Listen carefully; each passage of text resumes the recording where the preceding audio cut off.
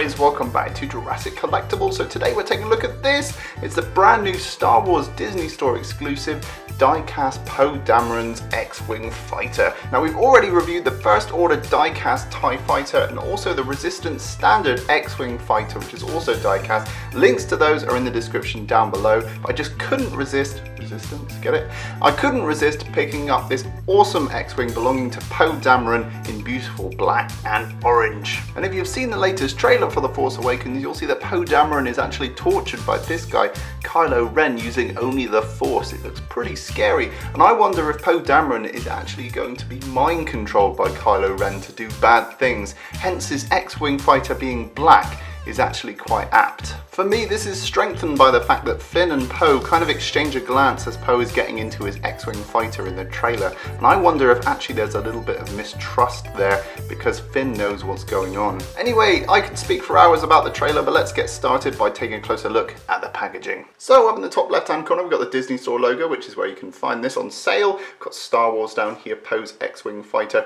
die-cast vehicle. Over here we've got a really nice illustration of Kylo Ren with his new cross saber, really cool. Up here it says for ages 3+, that's me. On the side we've got a big Star Wars logo. On the opposite side we've got the Star Wars logo again and a nice window to look in on the product. Hello. And we got the Disney Store logo again. On the back here we got Poe's X-Wing fighter die-cast vehicle. It says when all missions call for it, Ace Resistance pilot Poe Dameron becomes Black Leader, a flying Darkhold T-70 X-Wing starfighter into action. Now I wonder, because he's a star pilot, that's why Kylo Ren wants to control him, because he is the leader of the fleet, so he can basically sway people's opinions. So that kind of adds a little bit of weight to my theory, but we'll have to wait and see. Okay, without further ado, let's get this guy out of the packaging. And here is Poe Dameron's Resistance X-Wing fighter out of the packaging. Now I am so pleased I picked this piece up. In terms of its design, it actually reminds me of a combination of paintings by Ralph McQuarrie, who did the original concept art for Star Wars, and also Greg Broadmoor, who did more recently artwork for District 9 and designed a lot of the weapons that you see in District 9. Especially the black, orange and grey coloration.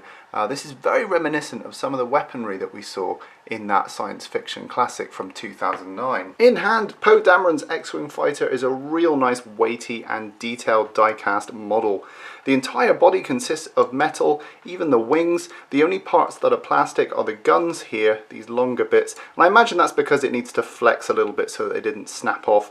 And also the cockpit is made of plastic, and also the feet, which are currently separate, are made of a sort of half rubber, half plastic as well. Now the feature that everyone's here to see is the separation of the wings. So if I push the wings apart, you'll see on both sides they do separate into attack mode. Really, really nice. Now unfortunately, much like the original version of this, the blue one that we reviewed on the channel, when you push the wings back together, they don't fully close. You can just see there's a little bit of a gap going on there. And to be honest, at a distance, this doesn't detract too much from the design of the piece.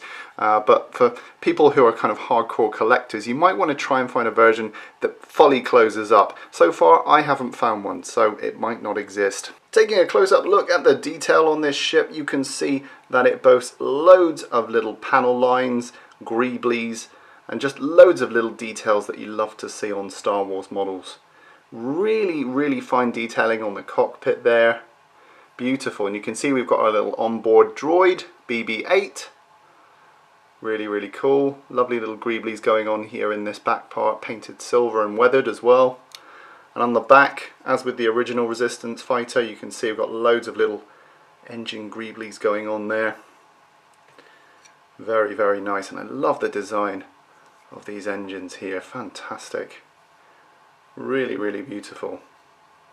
It's a lovely matte colour scheme as well. It's not like a shiny, sort of plasticky looking model. It really does hold up at a distance. Here's a closer look at those guns again. Gorgeous detail on the end. Underneath, just look at all these panel lines and details. Really is a gorgeous little model. So to attach the landing gear, you'll see that there's 3 little square pegs here, here and here, and we're just going to attach those. So first the front one, and the square pegs just slot in. Now be careful when applying pressure, because these do bend under pressure. Now this is made of a half rubber, half plastic, so I think they're supposed to do that, but the first time I did this in another video, I was quite surprised that it did that, and I thought I'd broken them. but no, they're okay. And actually that's cool design from Disney to actually make sure that they don't break when you first put them in. And I don't know if I've got them all the right way round. Yeah, I think that looks pretty good. So now I can put this guy on display. Now when I put the wings into attack mode, this guy doesn't stand properly. You'll see that the landing gear on the front has a little bit of a gap. It doesn't work so well. I find that you have to have the wings closed when you want to have it in landing mode, much like the real X-Wing would. And here's a closer look at the landing gear itself. You can see it's painted in a chrome-like silver, but then it's been really nicely weathered all over. You can see there's a nice wash of black to bring out all that lovely sculpted detail. And for comparison, let's bring in the original X-Wing fighter. Again, we have reviewed this one on the channel, link is down below. And here's the new Poe Dameron die-cast model. And you can see that there are some very minor paint differences going on here. In the original, we got these little blue square decals going on in a few other places on the body. These aren't present on the Poe Dameron model. They've gone for much more simple blocks of orange.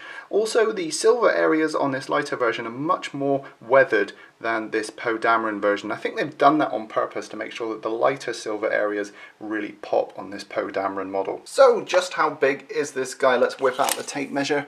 You're looking at about just under 6 inches long, which is about 15 centimeters.